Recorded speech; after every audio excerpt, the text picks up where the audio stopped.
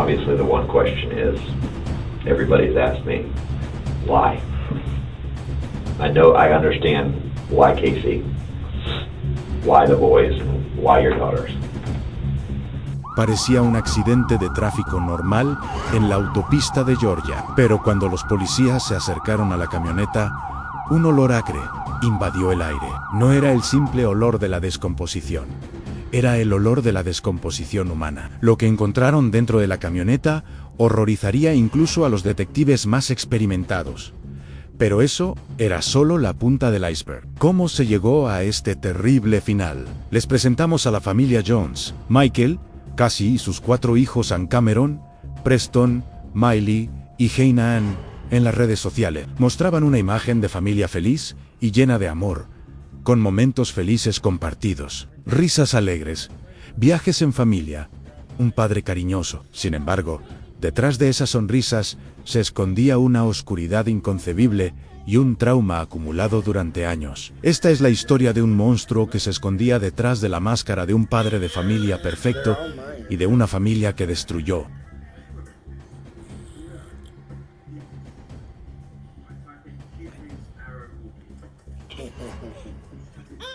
Todo comenzó hace años, en la traumática infancia de Michael Jones en Vermont. Su padre estaba en la cárcel. Su padrastro lo sometió a abusos físicos, mentales y sexuales. A menudo asumía los castigos para proteger a su hermana Dina. La violencia era normal. Para él, en este oscuro comienzo, moldearía al Michael del futuro y sembraría en su alma semillas que nunca se borrarían. La Marina le ofreció un escape y un orden. Por un tiempo, formó una familia con su primera esposa, Sarah, tuvo 3 hijos e intentó ser un buen padre. Cuando comenzó a trabajar en un hospital veterinario en Florida, todos lo conocían como una persona alegre, trabajadora y amante de los animales. Allí conoció a Cassie. Ambos estaban casados, pero la atracción entre ellos dio lugar a un amor prohibido que acabaría con ambas familias. Se divorciaron de sus cónyuges y comenzaron una nueva vida, pero el rendimiento de Michael iba decayendo y sus mentiras aumentaban. Finalmente, un robo que cometió en su antiguo lugar de trabajo fue la primera gran grieta en su máscara. 10 de julio de 2019, en una noche normal, se convirtió en una pesadilla horrible. Cassie encontró pruebas de la infidelidad de Michael en su teléfono. La discusión se intensificó y Michael liberó al monstruo que llevaba dentro. Con un bate de béisbol, acabó con la vida de Cassie, la madre de sus 2 hijos. Lo más aterrador estaba por llegar. Michael metió el cadáver de Cassie en una bolsa de plástico y lo escondió en el armario. En este punto, te preguntamos, ¿crees que actuar con tanta frialdad es el resultado de un trauma o el reflejo de la maldad pura? Comparte tus opiniones en los comentarios y no olvides darle a me gusta al video y suscribirte para apoyar este tipo de análisis. Durante las semanas siguientes, siguió con su vida como si nada hubiera pasado, llevando el cadáver en su coche. Publicó en las redes sociales de Cassie y envió mensajes a su familia diciendo que ella estaba bien. Al acercarse el inicio del curso escolar, Michael tomó una decisión. No dejaría testigos ni problemas. Primero mató a su hijastro Cameron y luego a Preston, asfixiándolos mientras dormían. Metió sus cadáveres en maletas y bolsas de basura. Unos días más tarde, le tocó el turno a sus propias hijas. Llenó la bañera de agua y ahogó a las pequeñas Miley y Hannah. Las vidas de 4 niños inocentes habían sido cegadas por sus padres como método para resolver un problema. Se subió a su camioneta con los 5 cadáveres y comenzó a huir hacia el norte desde Florida. Pero el destino le tendió una trampa en Georgia, con un accidente. Cuando los policías percibieron ese horrible olor, todo salió a la luz. She actually reached, like, we have a recliner in the living room, reached and grabbed after the bat, and kind of, hit me, broadside me or whatever.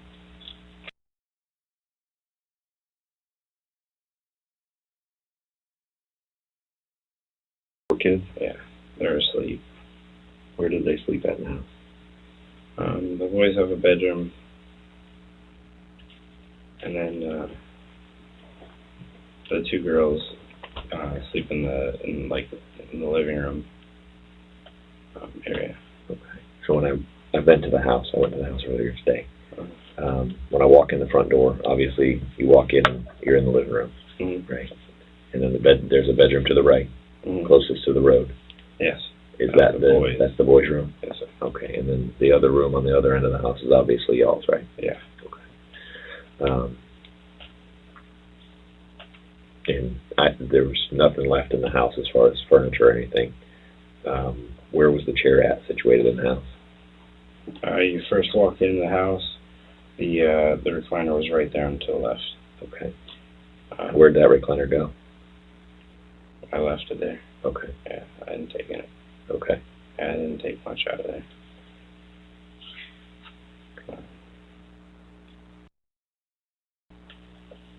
So then it's summer, so the boys, her boys end up going with their father for a couple weeks. So I have the girls. It's me and the girls. When did you take the boys to Dad?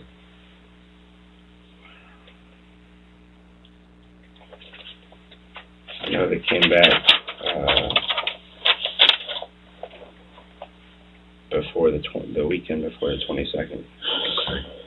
And they were gone for about 10 days, so maybe the 12th of August or so. Okay, that's when they went to Dad's, about the 12th, so a day or two after this happens.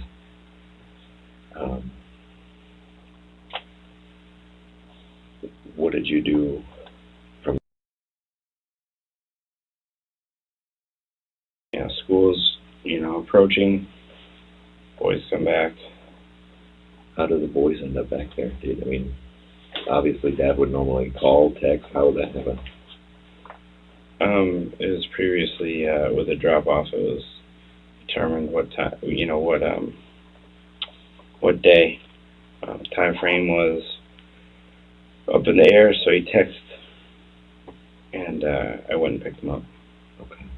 So he texted you or text her, or what's you guys' relationship like as far as with him? We haven't talked much. Not really any relationship there. Okay, so it's really no communication. Yeah. Okay, so just I got the boys. Where do you guys meet? We met at the Lake Square Mall, Leesburg Mall. Okay. Where does their dad live? Here in Georgia somewhere. Okay. Yeah. He did live in Florida for a while. He moved here a couple of years ago. Okay. And they've been going back and forth as far as custody goes and when he can have him or if he can't. And he just kind of fell off the face of the earth and came back into the picture. Really? So you get them back about the end of August? Yeah. And I know school's starting. Are we talking about the beginning of August? Because I think school starts like August 12th or something like that, if I remember correctly. August 11th, something like that. Yeah, school starts around then. It was like the 10th. Okay. So they're with Dad for about a little less than a month, right? Yeah. I think they were there for, like I said, I think 10 days or 2 weeks. Okay. Does he text her phone? Does he text your phone? How does that work?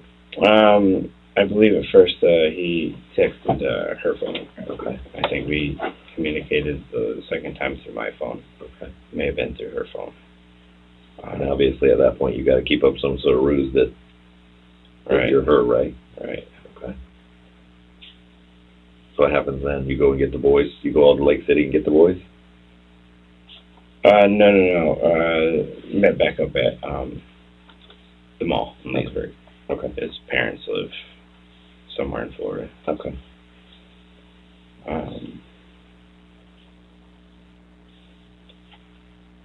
And then I think it's about a week.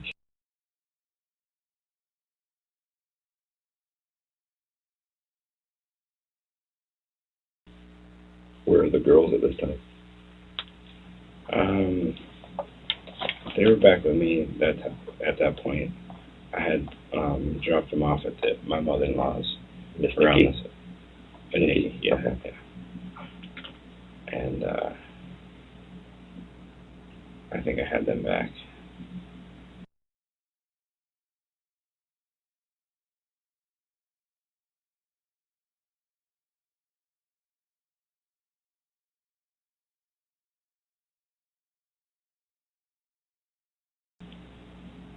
And then, so you get the boys back from Dad, and school starts. School's going on for about a week. Yeah. What school do they go to? I enrolled in Fruitland Park Elementary. Okay. Because you worked down I there? never go. Well, we lived in Leesburg. Okay. The last school year. Okay. And ended up getting, we didn't want to put them in Leesburg, we should want to put them in Leesburg, so we ended up putting them in Fruitland Park. Okay. Did you ever take them to school? No, not this year. So they were enrolled in Fruitland Park but never made it? Right. Okay. And then what happens with them?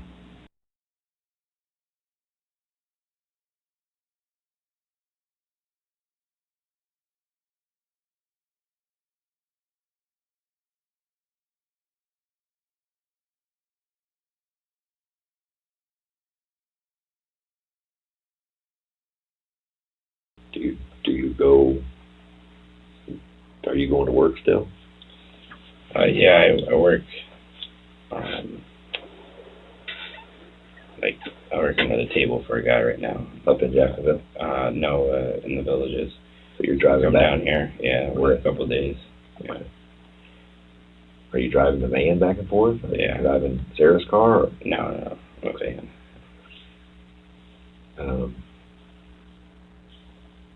Obviously, I have to ask it. I got some pictures of the inside of the house from when the cleaning people showed up to clean everything up, and it looked like you were getting ready to pack up to move, right?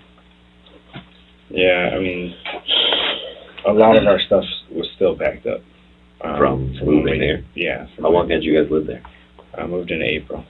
Okay. So April, May, June, and then July is when everything happened? Yeah. So just a couple months? Yeah. What's you guys' relationship like? I mean, is this an ongoing thing where you guys are at each other like this, like fighting, or? It just got worse, like, you know, little things all the time with her. She would come at me, and we'd argue, and never really got physical.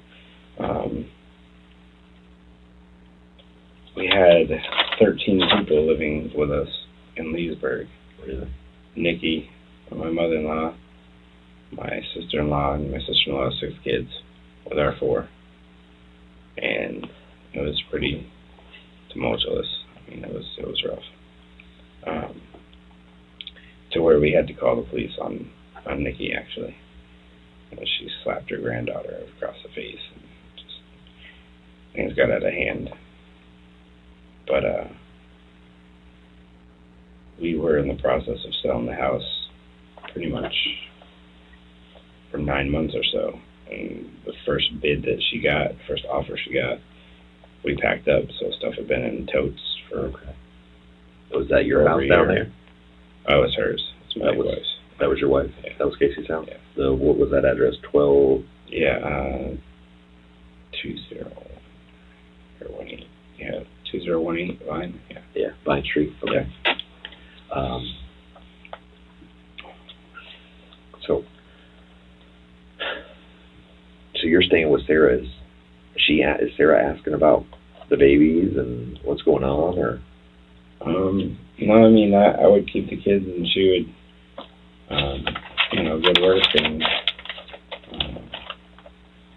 on the weekends, do Uber and stuff like that. And so there wasn't much conversation about it, here and there, but, I would tell her that, Casey and I are separated, and I think she's with her mom right now, so. Okay. So you kind of just covered that first, yeah. And did she think much of it? Was she excited that you were back? Are you guys dating again, or? No dating. She has a boyfriend of a couple of years, and he's up in Vermont. Nothing. Okay, so you're just kind of crashing there and spending time with the kids. Yeah. Okay. And well, I was there for the hurricane for that week. You know, just thought, hey, you should come and stay with us. And you're in a trailer, and you know, I told her that the girls were with their mother. And, you know, she said, well, come stay with us because, you know, they're freaked out. They just moved down here a few months ago. Okay. Nothing happened in the hurricane, obviously, but I still stayed there. And her boyfriend was there at that time? No. He's okay. He lives in Vermont. So you got pretty much, she's under the impression that Casey was staying with mom and the kids are all healthy and everything's good. Yeah. Aunque las respuestas que ha dado durante los últimos 10 minutos de interrogatorio parecen verosímiles a primera vista, Michael no deja de preguntarse: ¿es posible que aún no me hayan descubierto? En este tipo de situaciones, la mente de los delincuentes oscila entre dos sentimientos diferentes: el miedo a enfrentarse a la realidad y el alivio temporal que les proporciona la posibilidad de no haber sido descubiertos. El hecho de que la policía lo detuviera tras el accidente pudo haberle hecho pensar en un primer momento: quizás no saben nada de los asesinatos, solo me detienen por el accidente. En psicología, esto se denomina mecanismo de negación. Los delincuentes tienden a negar brevemente la realidad de los hechos antes de enfrentarse a las pruebas más contundentes. Es una de las formas que tiene el cerebro de protegerse. Por ejemplo, se sabe que, en casos similares, los asesinos piensan en las primeras horas: solo me van a hablar del tráfico. O la policía aún no ha podido atar todos los cabos. Esto explica que Michael intentara parecer tranquilo durante el interrogatorio, pero que en sus ojos se reflejara una constante inquietud. Y precisamente por eso, unos 2 minutos después, Michael ya no puede mantener la fachada de negación. La coherencia de las preguntas de la policía y la presión creciente suponen un punto de inflexión para él. Poco a poco, comienza a confesar. Este momento se conoce en la psicología del interrogatorio como la fase de desbloqueo. El culpable siente que ya no tiene sentido seguir mintiendo y comienza a revelar la verdad poco a poco. Let me ask you this.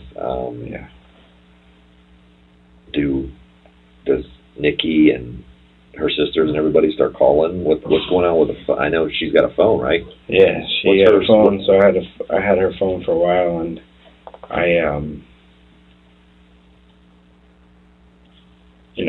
would text and pretend to be Casey. And what's Casey's phone number? 352-360-8140. Okay. And what do you know what provider that is? Yeah, it's Sprint. Okay. Yeah. What's your cell phone number? Or what was your cell phone number until recently? 352-530-9730. Okay. And so you're pretending this whole time to be Casey obviously on Facebook too, because you got some like collages that you made or something on Facebook and posted them, and also Sprint for yours. Yeah, same. It's another same one. Okay. So then you're answering text messages back and forth, and so that's tough, man. And I trashed her phone. I don't know what day it was, but I was actually down up by the city hall, looking down at the police department, which I believe is Marion County Police Department. Okay. I sat there for several hours with my daughters and turned myself in, smashed her phone in that day and threw it in the dumpster. City Hall, I'm trying to think. Is that maybe Bellevue? Yeah, maybe by the Bellevue. Checkers? Yeah, Wells Fargo's over there or something. Yeah, there's a Checkers and a Wells Fargo, and you kind of look down the hill at the police department. Okay. Did you throw it in the trash? Did you throw it in the bushes? No, I threw it in a dumpster. It was adjacent from, it was across the street from City Hall, across the road. Across 441? Yeah. It looked like an old gas station or something like that. What stops you from turning yourself in? Just this basic fear that, you're going to end up in the situation you're in right now? Yeah.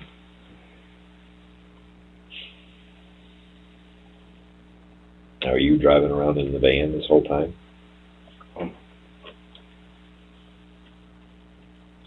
I have to go back to, you didn't dispose of anything out of the house? Did you clean it?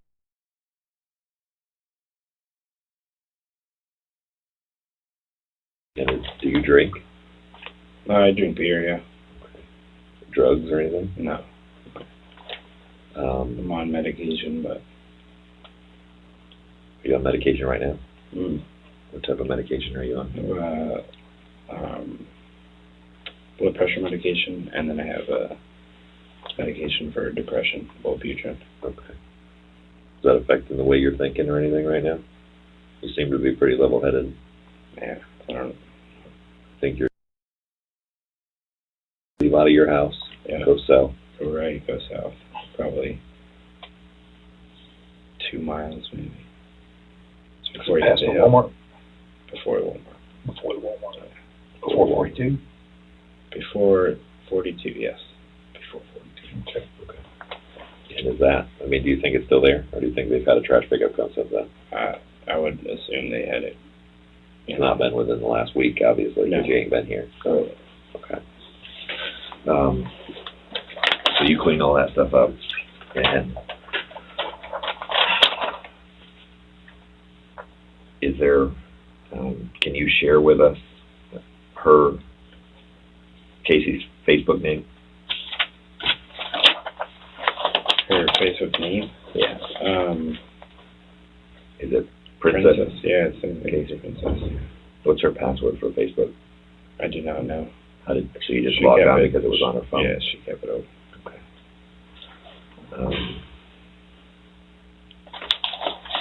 So, where's your phone at? The deputy took it. Is that the same phone? You still have the same phone from all that time? You just don't have any minutes on it? Right. The bill's overdue, and they turned it off a couple days ago. Okay. So that's why when I called you a couple times, it went straight to voicemail? Yeah. Okay. So, obviously, you were staying with Sarah. Were you with her last night? I was up there, yes. Okay. Up there at her place? Yeah, up in Jacksonville. Is she staying in apartments? Yeah, she okay. has apartments. Did you guys hear my phone call and stuff last night? What was the deal with all that?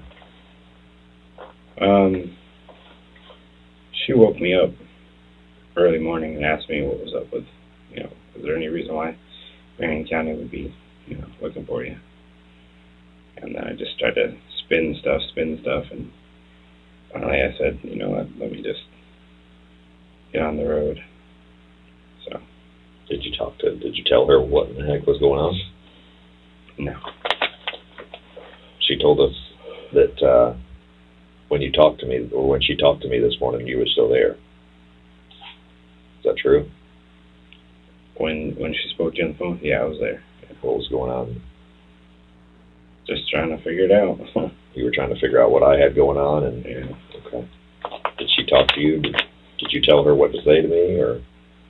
No, I one point she thought it was looking for just me, and so I said, if you've seen me or whatever, you've seen Casey, you've seen everybody, So yeah, I guess I did tell her. Okay, so basically, what was the deal with the McDonald's? McDonald's. She mentioned something about being at McDonald's. She met you at McDonald's on Friday or something to exchange the kids. Oh, that's usually a meetup spot. Okay, so that's your usual meetup spot. We were going halfway. Okay. So, after that phone call, how long after that phone call do you leave? I don't think I left out of Jacksonville until like 3. Okay. Yeah. So you were there for a while. After I called her the first time, did you ever tell her exactly what was going on, or you just kind of, I got to get out of here? Yeah, I just told her I got to get out of here. Did you get out of there after I called the second time? Around that time, yeah, because she'd come back. She left the house and come back. And we talked about, she said, well, why'd you have me tell them this? And, they're calling me back. And I said, well, let me try and go deal with it. So. And you called me, right? I did call you. Why did you come?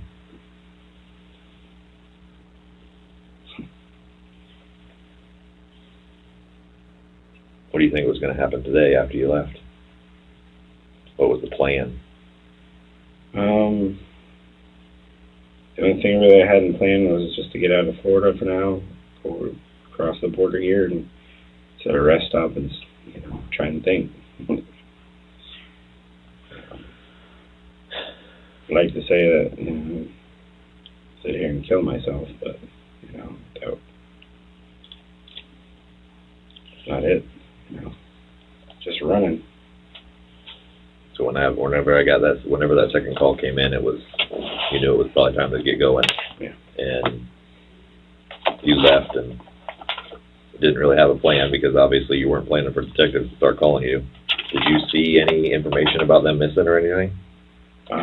No, I didn't see anything. She told me that there was some stuff on Facebook. Sarah did? Yeah, Sarah did. Yeah. Does she communicate with Casey's family? No. So it would have had to been something that we posted or something like that? Yeah, well, I think it was something that was reposted. Okay. Through family members. She's Facebook friends with my mother and stuff. Okay. I assume it. Did you call your mom at any point and tell her what in the heck was going on as far as... No, my relationship with my mother's been rocky for a long time. Okay. I try to keep it, together as much as possible, but I message her, a couple times a week, but other than that, I haven't actually spoke to my mother in a long time. To hear her voice. So you get up here into Georgia. What made you, is there any family, any friends, anybody that's this way? No. So you're just driving. You got money to go anywhere? No, that's why I had, $40 when I left, and so I figured I put some money in the tank and drove, and figured I'd get across the border, like I said, into Georgia, and sit at a rest stop and think, before people came after me. Think. So you pulled down this road here, and at what point did you decide what you were going to do with that? I'm driving, and I just keep seeing, pull-offs, and I was like, I don't even know. Like, it didn't cross my mind really, other than just a pull-off. So I pulled off, went down the road. Tell me about this. This is another question I had. How did you wreck the van? What happened there? Like I said, after I got out of the woods driving or whatever, the GPS is like rerouting me, and so I'm messing with the GPS, and it's touch screen, and I'm looking this way, and I swerved off the road once, and then kind of like, okay, pay attention. And I swerved again, and that was it. It just kept going down, and I slammed into that, and that was it. What happened then? I got out, trying to collect myself and figure out, what was up. Were you injured? No. I mean, my ankle a little bit, and other than that, no, I had a seatbelt on. You can kind of see up here. Is that you got? I think so. Yeah. I haven't seen myself, but said I had some seatbelt. Yeah. But I wonder what that was. Yeah. I got the powder or whatever it was in my eye. It was burning a little bit, so I got out and found something to wet my face, and people were driving by, and I was telling them I'm alright.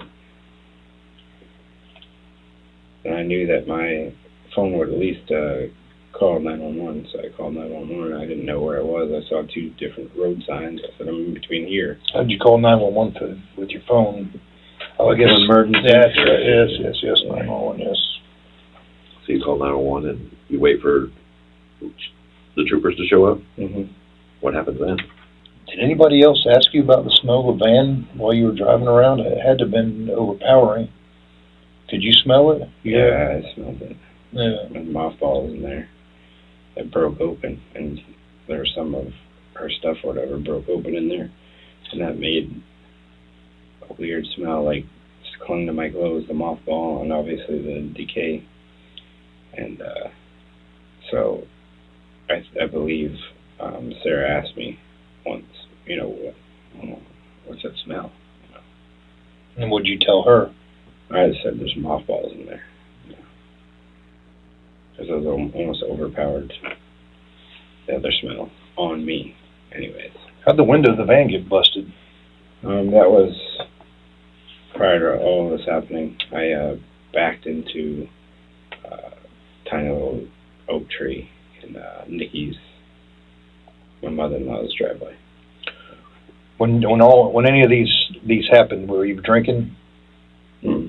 No, you weren't drinking a bit. No alcohol, no drugs, no nothing. Clear head. Yeah.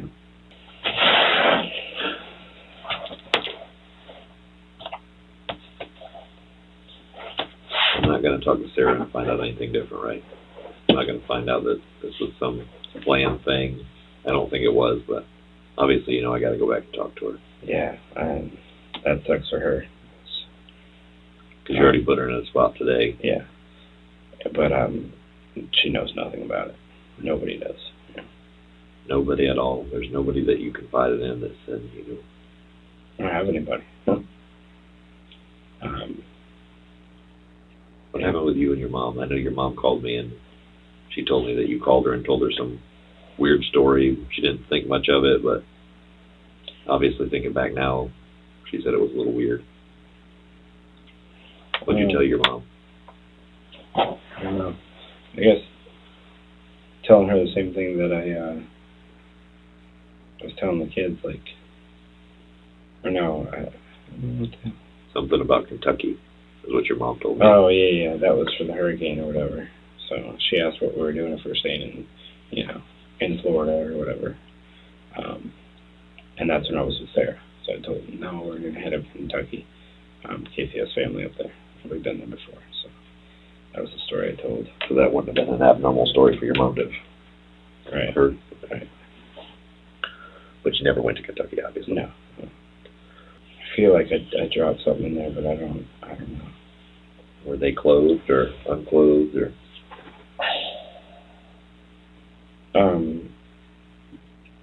The baby had a diaper on. So I guess she would be naked. Okay. I think. Yeah.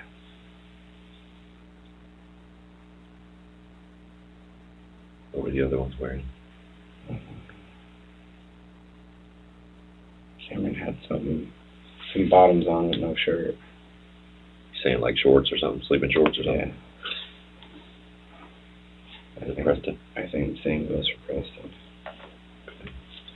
Well, what about the oldest girl? She had clothes on. That's all she had. You left a computer at Sarah's house. Mm-hmm. What's on that computer? Anything? No, that's it was Casey's, but there's nothing on it. Yeah. Why'd you leave it there? So she could have the boys use it. Okay. So you gave it to Casey for the boys? So I'm sorry, you gave it to Sarah for the boys? Yeah.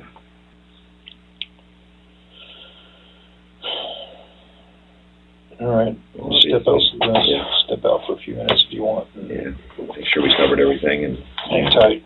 yeah. I appreciate it, Michael.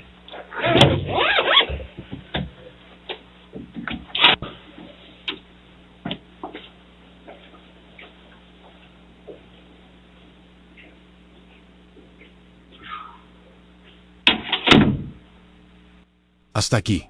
Michael ha confesado casi todo como si se tratara de una conversación normal. En realidad, esto es algo muy habitual en los interrogatorios. Cuando los delincuentes no sienten una presión directa, revelan la verdad de forma más cómoda y fluida. Este es precisamente el objetivo de los detectives: mantener al delincuente en un ambiente de charla amistosa para debilitar sus mecanismos de defensa. La actitud de Michael en este punto nos muestra cómo funciona la fase de desbloqueo de los delincuentes. Primero, empieza aceptando pequeños detalles. Habla de información cotidiana relacionada con el suceso. A continuación, los detectives hacen las preguntas adecuadas para unir esos pequeños detalles y acercarse al panorama general. Como resultado, los detectives obtuvieron todas las respuestas que querían con este método. En psicología, esto se denomina confesión incremental. El culpable no revela toda la verdad de una sola vez, sino que cada respuesta desencadena la siguiente. Por ejemplo, en casos anteriores, un asesino primero admitió que había sido accidental y luego, tras varias preguntas, reveló que había planeado el asesinato. El hecho de que Michael hiciera sus confesiones en un tono tan coloquial es, en realidad, un reflejo de la contradicción que vivía en su interior. Por un lado, el deseo de liberarse de su carga y, por otro, la desesperanza de haber sido capturado.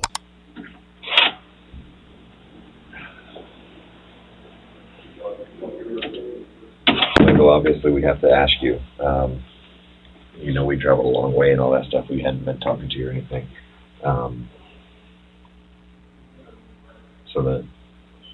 Is there anything in the van that's going to be of any, as far as evidence is concerned? Is there anything that you used to clean up? Is there anything? No, I mean, I do have cleaner in the car. It's just using the spray to keep the smell down.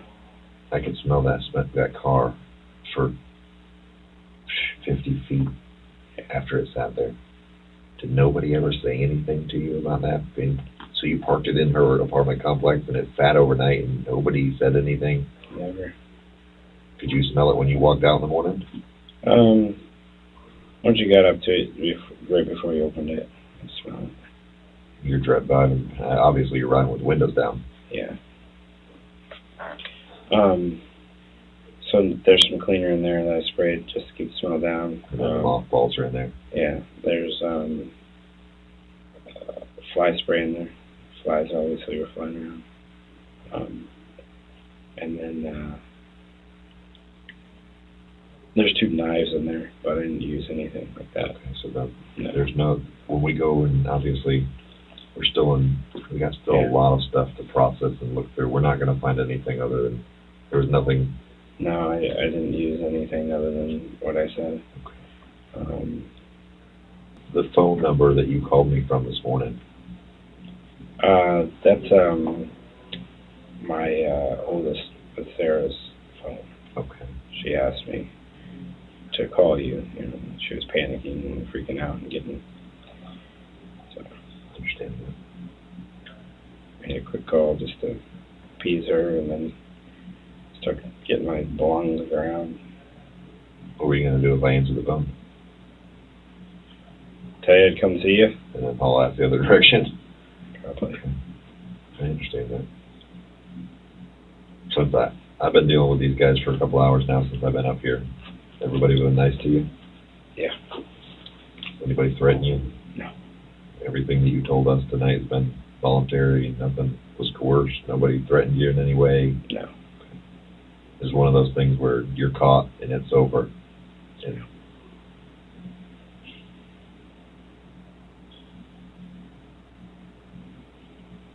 are you thinking about hurting yourself?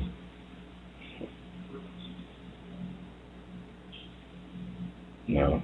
I mean, think about it, but You're not gonna. I can't choke myself. Probably if I owned a gun, I probably would have quick and fast, but I don't have a gun. Probablemente, si tuviera un arma, me suicidaría. Estas últimas palabras de Michael, aunque a primera vista parecen una expresión de arrepentimiento, en realidad transmiten mensajes psicológicos muy complejos. A primera vista, esta frase puede interpretarse como una expresión de la desesperanza y el remordimiento que le provocan los asesinatos. La persona no puede soportar el peso de sus actos y desea desaparecer. Sin embargo, en la literatura sobre interrogatorios y psicología forense, este tipo de discursos a veces tienen otras funciones, como distraer la atención, generar empatía o recuperar el control durante el interrogatorio. Pero en el caso de Michael, se trataba de un deseo absoluto de desaparecer. Y ahora pasamos a la segunda parte del interrogatorio.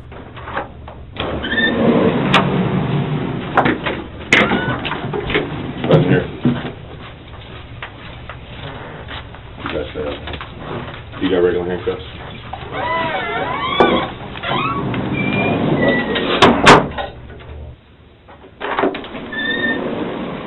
Michael?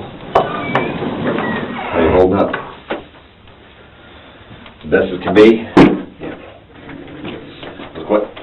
Quite the trip down here, huh? Yeah. Was it 2 or 3 hours? Like 3. Everybody good to you? Or nobody's mean to you or nothing like that? No. Okay. I want to talk to you a little bit more, obviously, before you go over to the jail. You mind talking with me? Yeah. Okay. I'm going to read you your rights one more time, okay? Obviously, every time I talk to you, I'd like to excuse me, make sure you know your rights.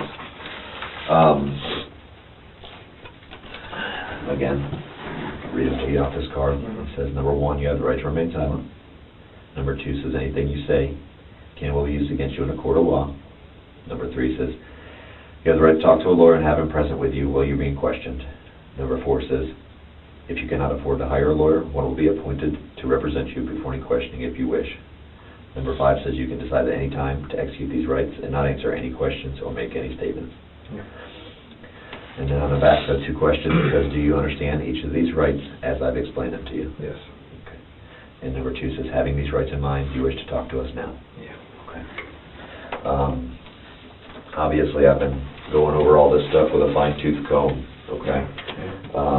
And I talked to Richard about the drop-off and the pickup and all that stuff here recently.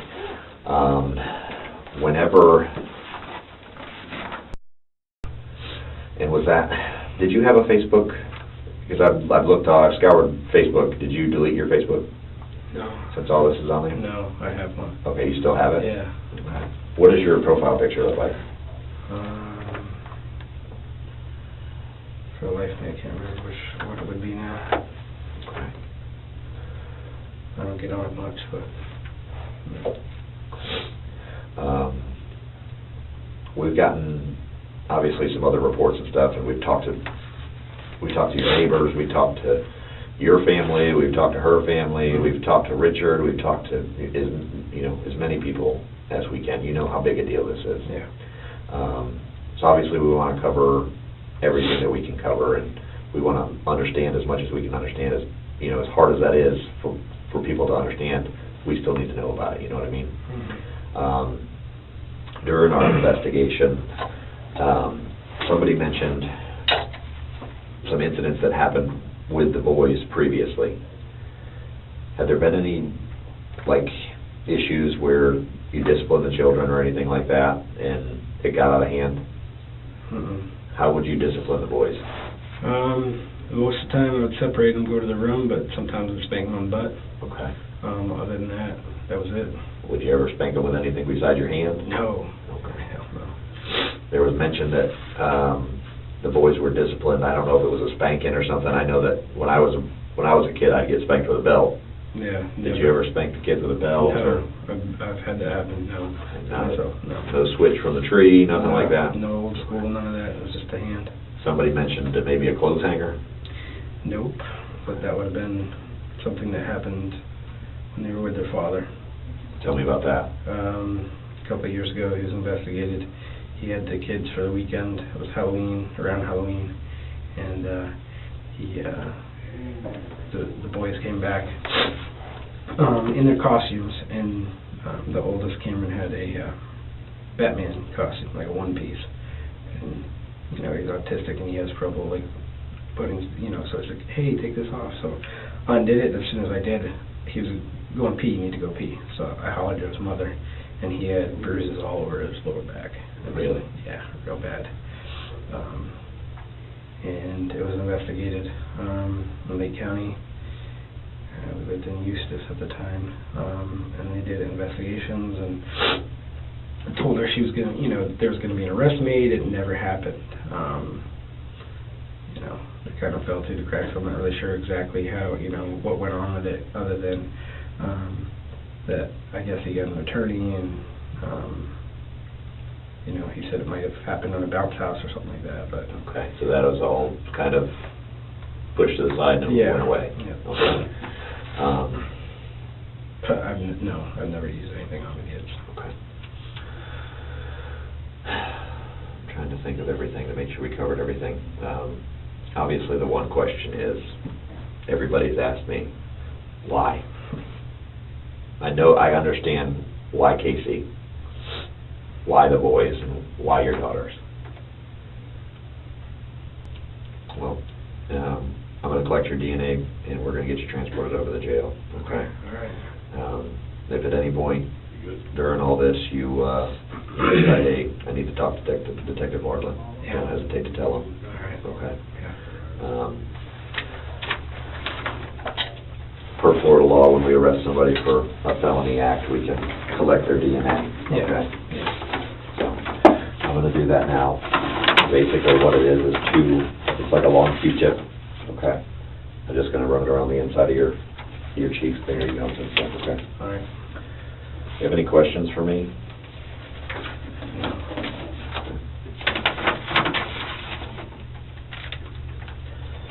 What was the thing that, let me ask you this.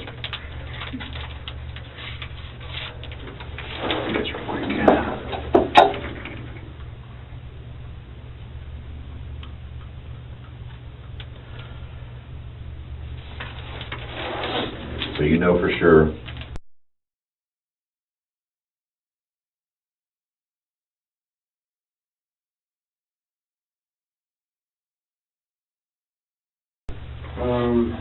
no, I mean, I had a job with a guy who made cabinets, and the company fell through. that was a year ago though, right? No, this was just a few months ago that I started there. What was his name? I think I've talked to him too.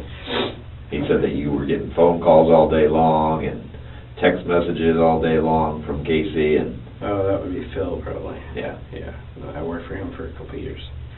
No, Eric. Okay, so that was Eric's the new boss. Okay. Yeah. So you're going back and forth to there. Where are the kids going during that time? I had them with me a little bit. It was just a little cabinet and stalls. Okay, so you take all 4 kids to a job site with you? Yeah. I only had a couple jobs with him. Okay. He said he was going under. Yeah, he couldn't make the company last, so Okay. he had little side jobs for me here and there. So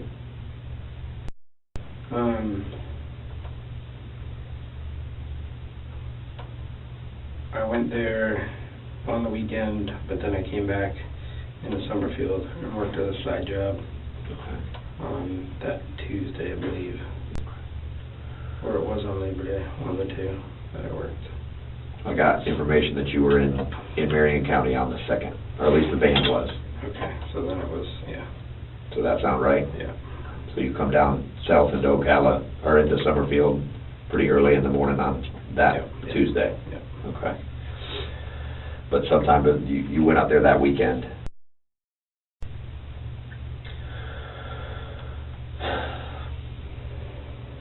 Well, Michael, I appreciate you cooperating with us. Okay, I do appreciate you going. Okay. Somebody was there to intervene, you know that. Yep. I do know that. Okay. Yeah. I think I don't have any more questions for you. Do you have anything for me? No, detective, no. Okay. Obviously, you know that there's going to be more charges forthcoming. Of course. Okay. I've just got to make contact with the attorney's office, and you're going to be charged with 4 counts of first-degree murder. Yeah. Okay. On top of the second-degree murder. Yeah. Okay. And I don't know what else they're going to decide as far as the remains and all that stuff. They're going to charge you with that stuff too. Right. Okay. Nobody's threatened you. Nobody's done anything bad to you. No. Right? All these the deputies that come from Marion County have been nice to you. Everyone's been fantastic as far as that goes. And even up to Georgia, nobody threatened you. Nobody promised you anything. No. Okay. All right. Well, Michael, we're going to get you transported over to the jail, and All right. again, I appreciate your help in this. Yeah.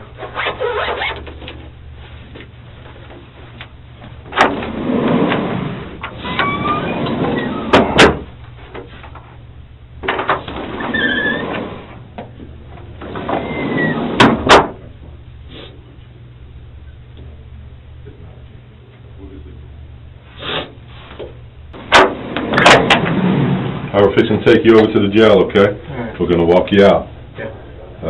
No attempts to run or anything like that, okay? Yeah. Fine, stand up, let's go.